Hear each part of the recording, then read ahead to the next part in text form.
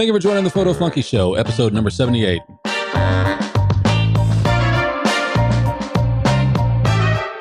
This week on the Photo Flunky Show, we have 5 tips to increase your engagement on social media.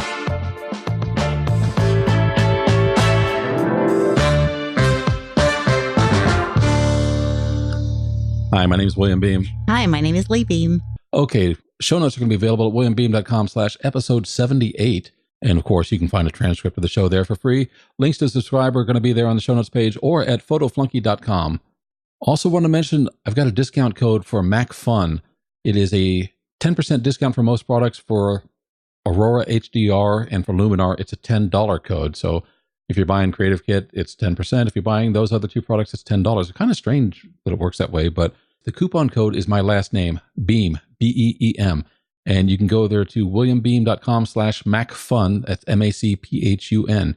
And this has been Mac-only software for the long time, but this summer, they're going to be delivering their programs for Windows. And I know there are going to be a ton of people who have Windows that really want to try this software out. It is great, outstanding stuff. I've got a couple of videos on my YouTube page, and I'll put a link to that in the show notes, but more is going to be coming out. If you've got Windows and you haven't had a chance to try MacFun, I think you can get a 30-day trial for free. It's either 2-week or 30-day trial. And I would appreciate it if you'd use my code. I'll get a little bit of a commission for referring you there. You'll save 10% or $10 for buying using my coupon code. So it's kind of a win-win situation for all of us. Yes.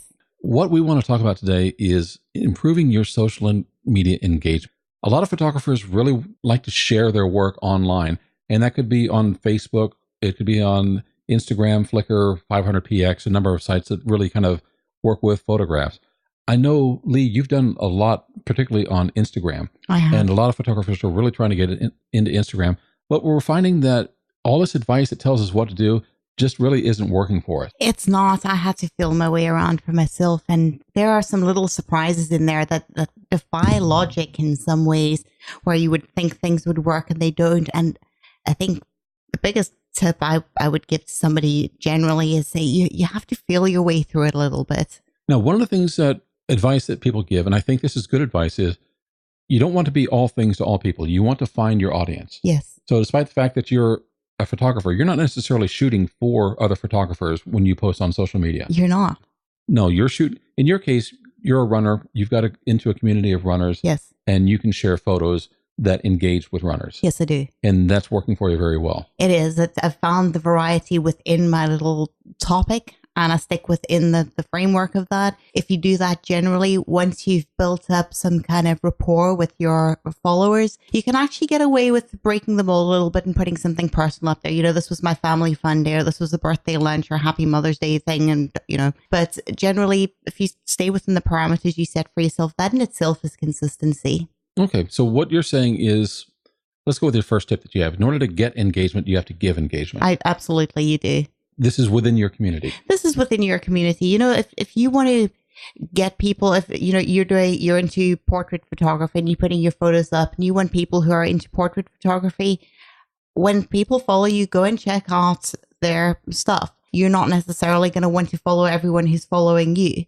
Everyone who follows my account, I go and have a look and see what they've got and see if there's something that I'd like to follow. A lot of the times, maybe they're interested in what I'm doing and they're not posting much, or it might be a private account. That's fine. If you find somebody who's a regular commenter or who regularly likes your stuff or interacts with you and engages, make a point of going out and finding what they've got. Engage with them. Find people who are doing something that you admire. Engage with them. This is also building a community. It's building relationships. One of the things that we also want to add in here is you need to give sincere engagement. In other words, don't just go out and say, nice photo, I like that, or something of that nature. Well, that's fine here and there. But yes, I completely agree with that. I think that's why I say find something that you genuinely are interested in following. Don't just do something for the sake of it. All right. Your second tip is acknowledge all comments or engagement. Absolutely. So what do you comments, I understand, but when you see other engagement, what are you looking for? Like, is that if someone gives you a like or a thumbs up, or? You know, it kind of touches a little bit on what I mentioned previously. There are some people who follow my account who are pretty, I'd say, dedicated followers.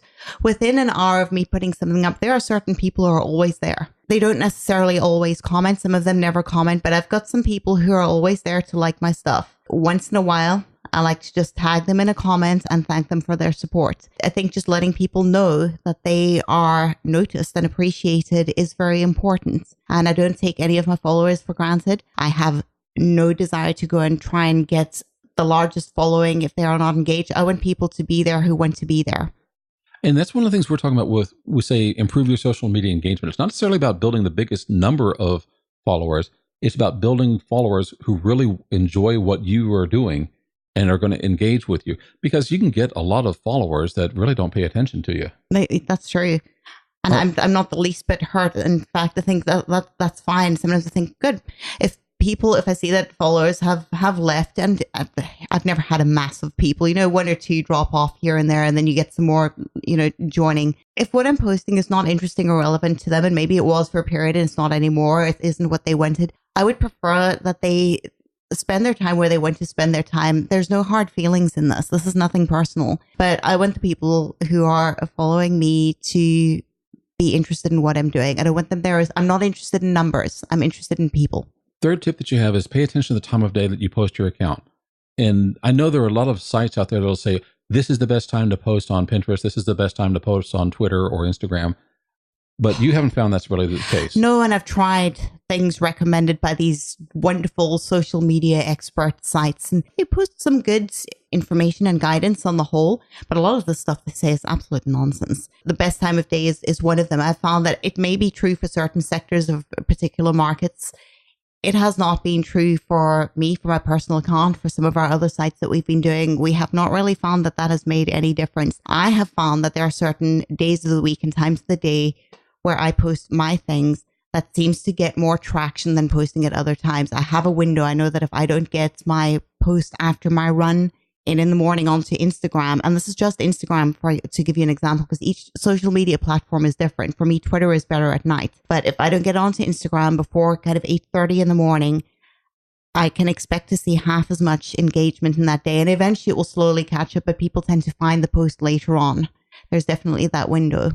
But that makes sense. You're engaging with runners. Runners are getting up early in the morning, going to run, and they post their stuff. And then they're also going to look and see what their friends are doing.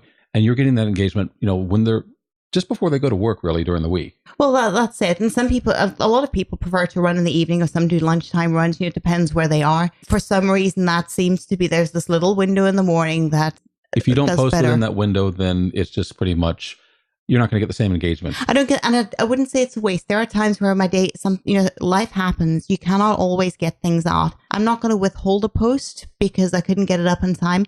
I don't mind if I get less interaction on a post. I understand why it happened. And also sometimes you put something up and for no explained reason, people go crazy and love it. It can swing the other direction. You can put something great up and for whatever reason, again, it doesn't do as well as what you expected. And you have to just roll with it. Don't overthink things unless you see a pattern, and look for patterns. Don't turn this into a very complicated diagnosis thing. As you said, this varies depending upon your audience and depending upon the time of day for the social media platform. So your audience is runners, and in the morning for Instagram, in the evening for Twitter. Absolutely. Facebook, I tend to do kind of in the middle of the day. People drift in and out of Facebook. But what that means is you need to experiment with each social media platform to find out when you're getting the most engagement. Yes. You kind of have to know your audience and when they're on a particular platform. Yes. And that's going to vary from, one audience to the next. And also, something I've been trying to do recently is to use one social media platform to let people know that I'm on another one. For example, I posted on Facebook today and said, for those of you who do not follow me on Instagram, because people following Instagram get the early posts. The people on Facebook wait for it. And there are some people who have said, I was sitting waiting for this. So I realized that they're looking forward to seeing something, especially when I've sort of baited them that something's coming. And I've just let them know, posting on Facebook, let them know that you're on Twitter and how to find you, or you're on Instagram and how to find you there. Some people use multiple social media formats and others just use one. So, but let them know where you are and how to find you. And we're going to recommend, don't try to be on all the social media platforms. If you do, you're going to spend your whole day doing nothing but managing posting to social media. That's right. And, when I started, I was spending a lot more time putting together my posts than I was interacting with people. Don't get me wrong, I was interacting from the start. Now that my account and my circle of engagement has grown, you can appreciate that it's going to take a little bit more time, actually a lot more time if I wanted to interact with people. I'm spending a little less time putting together posts, partly because I've gotten into a rhythm of doing it and I'm getting quicker at putting the things together. But also I'm using that extra time to make sure that I'm still engaging with everybody. Because as your audience grows and your engagement grows, the level of maintenance that you need to invest is going to increase proportionately as well. And you need to keep that in mind. One of the other things that a lot of the expert articles advise is how many times a day you need to post. You need to post on some of these sites every day or twice a day. And you found that that didn't necessarily work for your account. It didn't make any difference whatsoever. Something happened earlier this year. I was away from Instagram and actually all social media for maybe 10 days, 2 weeks. I think 2 or 3 followers dropped off on one of them. I didn't lose any. In fact, I got more followers while I was gone on Twitter for whatever reason. It didn't make any difference at all. And when I came back and started posting, yes, I got some new followers and more engagement, but I can honestly say it did not hurt any of my accounts at all. I think the only time it hurts is when you have bots. They go out there and they like you or to follow you, and then they're waiting for a return like. And if they don't get that, the bots will just go ahead and drop you. So those aren't really users in the first place, and there's no engagement with them. I only want people on mine, so I'm not interested in those. They can drop me, please. I don't want you there in the first place if you're not a real person. And I've kind of noticed the same thing. Let's say with email subscriptions, I have never had a user come to me and say, you know what, you haven't put anything out on email in a while. I'm going to unsubscribe from you.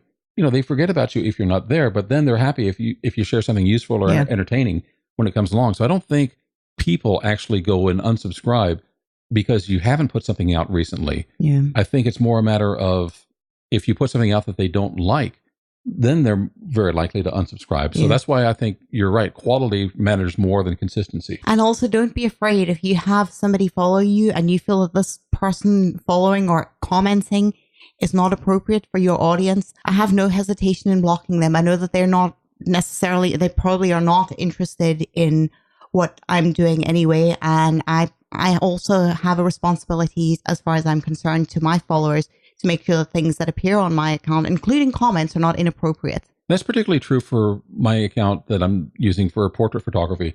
I'm showing mostly young women in their bathing suits or something of that nature. And then I'll get some inappropriate followers and I'll just go ahead and block them. I'm not trying to put this out there in an adult manner. I'm trying to put this out there in a creative manner.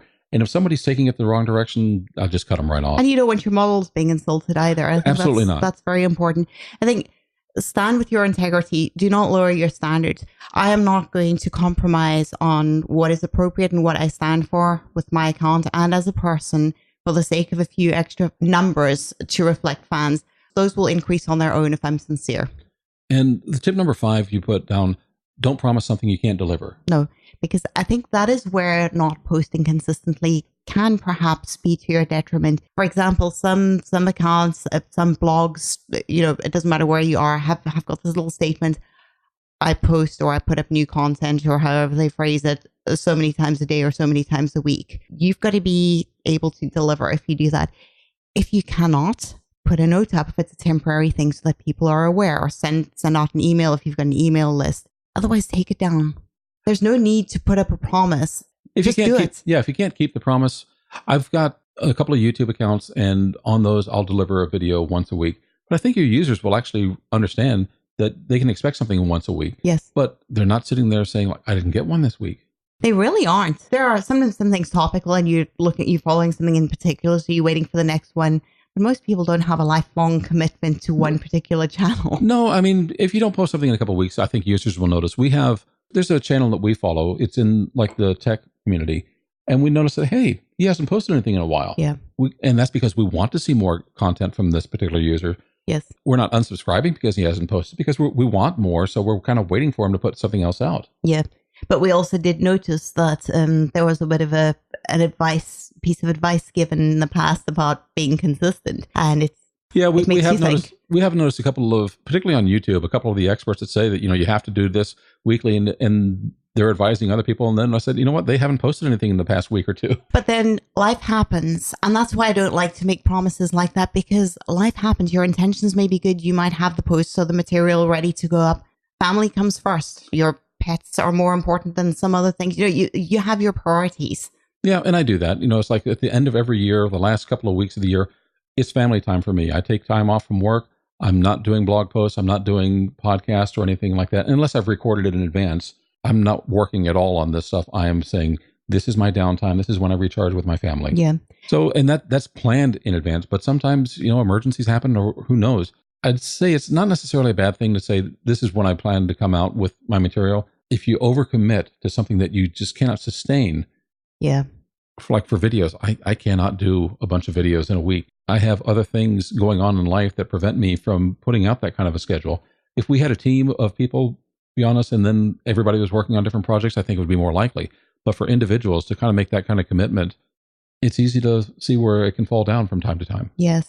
I've got one more thing about engagements, just going back to the first with the giving and getting engagement. A very good way, alluding now particularly to Twitter, if you want to build engagement and you're starting out, Twitter very often has group chats for all kinds of topics. And you might have, some photography account or some running account. And this happens, I think, every night of the week. I've got a choice of chats going on. Get into the community, let people get to know you. You often find within these chats, it's usually a question and an answer thing, and you get to interact on other people's comments, that you find people with a similar passion or at a similar level, same challenges, and you can build relationships like this.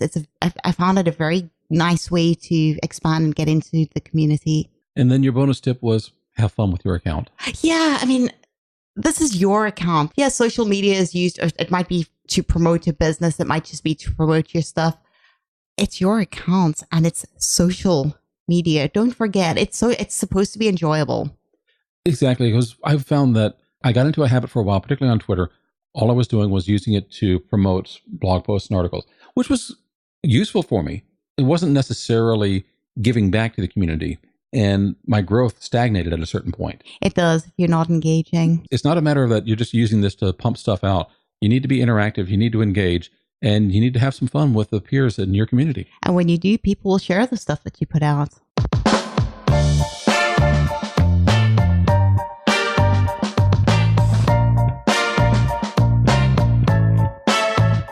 Thank you very much for listening to the Photo Flunky Show. We really appreciate you. Show notes are going to be available at williambeam.com/episode 78, and you can get a transcript of the show there for free. We would appreciate it if you subscribe to us. We're going to have links on the show notes page for iTunes, Google Play Music, and a couple of others. And of course, you can always find more at photoflunky.com. Hope you enjoy the show. We'll see you again next week.